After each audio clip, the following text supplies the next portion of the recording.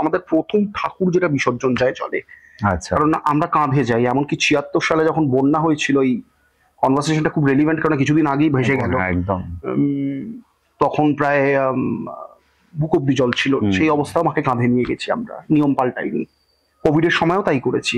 কোভিডের সময় মাকে দইয়ের মতো ঝুলিয়ে নিয়ে গেছিলাম কাঁধে, মুটিয়া কম ছিল বলে। আমাদের প্রথম ঠাকুর বিসর্জন যায়, কারণ না আমাদের 2:30-3টের মধ্যে বরণ শুরু হয়ে যায়, 4টের মধ্যে আমরা বেরিয়ে যাই। আমরা 5টার মধ্যে বাড়ি ফিরে এসে বাকিরা যখন যাচ্ছে তখন আমরা বাড়িতে ফিরে বিজয়া সম্মেলনী গানে মেতে উঠেছি বা মিষ্টি মুখ করছি। তারও একটি নিয়ম আছে আমাদের বাড়ির নিয়ম হচ্ছে, মা সূর্যাস্তের মুখ দেখে না, সূর্যের মুখ দেখে না, অন্ধকারের। সূর্য থাকতে থাকতে মাকে জলে দিয়ে দেওয়া হয়।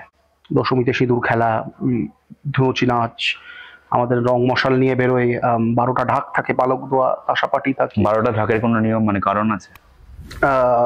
12টা ঢাক, কারণ 12টা মুটিয়া থাকে। আচ্ছা, প্রত্যেক মুটিয়ার সাথে একটা ঢাক ঘোরে।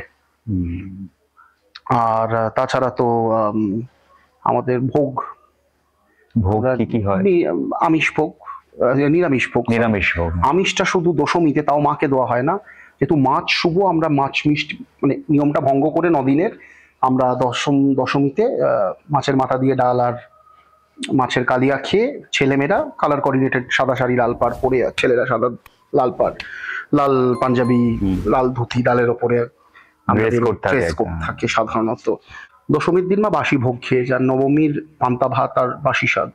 আচ্ছা, যেহেতু আমাদের ঘট বিসর্জন সকাল 8:30টায় হয়ে যায়, তোমার বাড়িতে যদি কোনো বাড়িতে যদি মেয়ের ফিরে আসে বাপের বাড়িতে, পরদিন তাড়াতাড়ি যেতে হলে তো আর কেউ ফুল ফ্লেজেড লাঞ্চ দেয় না, আগের দিনের বাসি খাবারটা দেয়, সেই কনসেপ্টে বরণ হয়। আমাদের খুব ফেমাস রিচুয়াল, যেটা সব জায়গায় হয় না, আমাদের কন্যাদান, মানে তোমার কনকাঞ্জলি হয় বিসর্জনের দিন।